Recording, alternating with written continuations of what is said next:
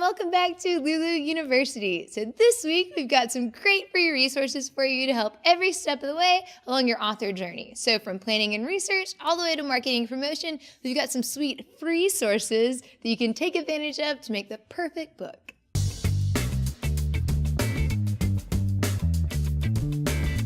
What's the first step in bookmaking? Planning and research. So a great tool to help you with that phase of the process is Evernote. Evernote is an awesome app that can help you capture and organize ideas, projects, and to-do lists. So with Evernote, you can take notes or clip ideas from any article and any device that you're using. So whether you're on the train and inspiration strikes, or if you're at work and want to clip an article, you can pick it back up at your desktop at home and Evernote will get you right back to where you left off.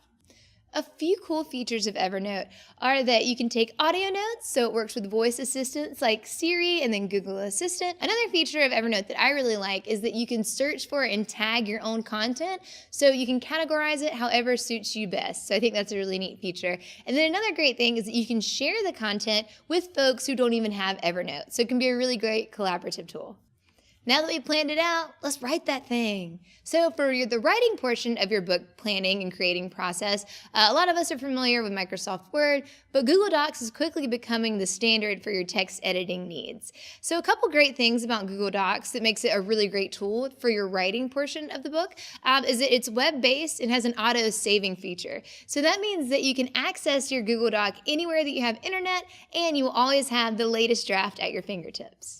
If you've used Microsoft Word in the past, then the toolbar function of the Google Docs is going to be really familiar to you and has a lot of the similar functionalities, so it can be an easy transition from one platform to the other. Another great thing about Google Docs is that it offers the distraction-free full screen mode, so you can really focus on your writing. So that can be very helpful. Also, the collaborative capabilities of Google Docs is pretty extensive and can be really, really helpful when you're working on a live project. So you can invite others to join in and see their edits and comments in real time. All right, so we've planned and we've written, and now it's time to edit. So the resources we're going to go over in this section are helpful, but they can in no way replace an actual editor. So if you have the budget to hire a copy editor and a content editor, and we strongly suggest that you do, then you're definitely still going to want to explore those avenues, but this can kind of help you get your manuscript in a really good place to hand off to those folks. First up is Grammarly. So Grammarly is a great tool for authors that are looking for a writing assistant that can kind of go beyond the basic spell check and grammar checks that are available in Google Docs or Microsoft Word. The free version can act as a second set of eyes to catch any mistakes your writing software may not have.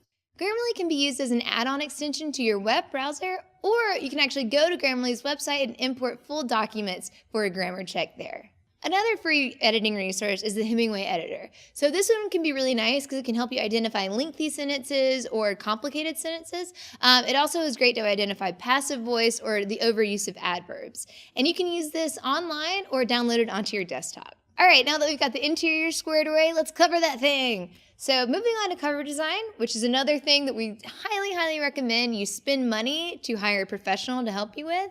But if you're not there yet, we do have some great free resources for you to use in the meantime. A great place to start with your cover design is free stock images. So Pexels or Unsplash are two really good resources for this. They have a ton of really beautiful images that you can use. And what's really nice about these resources is that not only are they free, but you don't need to credit the photographer if you use the image, and you can edit them as you see fit.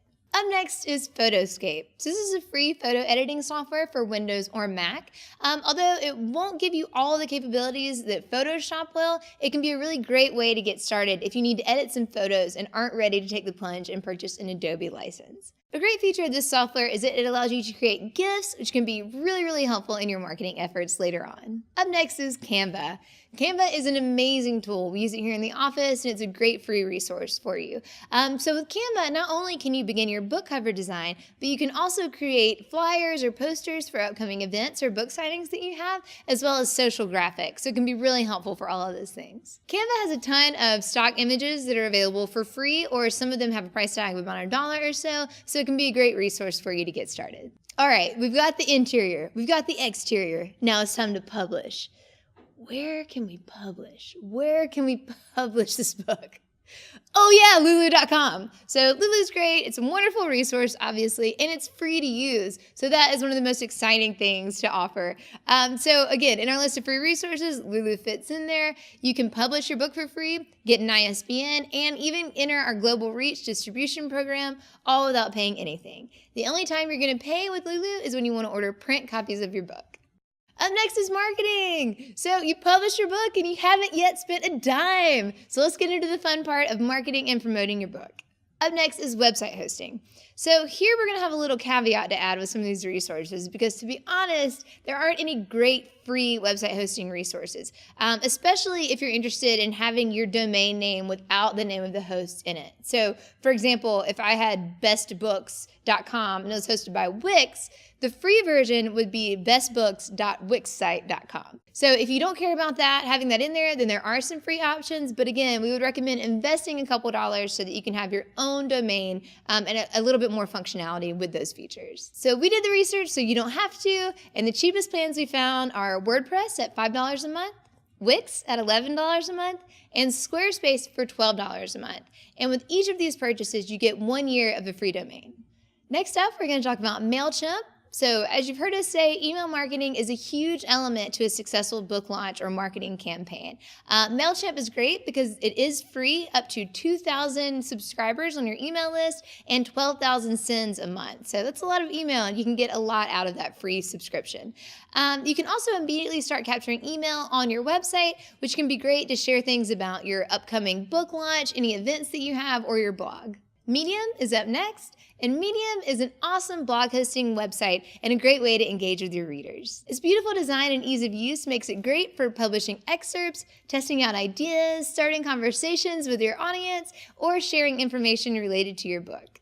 Medium has a great reach among authors and readers alike, so this free resource is definitely one you're going to want to take advantage of. So this one you may not have thought of, but the Google Trends and Google Keyword Planner is just part of the suite of free resources that Google offers. This can be really good because it can help with your discoverability and your SEO. So if you're writing a blog post for Medium, go ahead and use the Keyword Planner to pump your title of your blog post full of really high-ranking terms so you can expand your reach and be discovered easier. Last but not least is the free resource that, when used correctly, could allow you to stop needing free resources. So we're talking about crowdfunding. So authors have used platforms like Kickstarter and Indiegogo for a variety of projects to get the funds they need to bring them to completion. So if you're unfamiliar with crowdfunding, or if you're not sure if it's right for you, then check out our earlier video on how to crowdfund my book.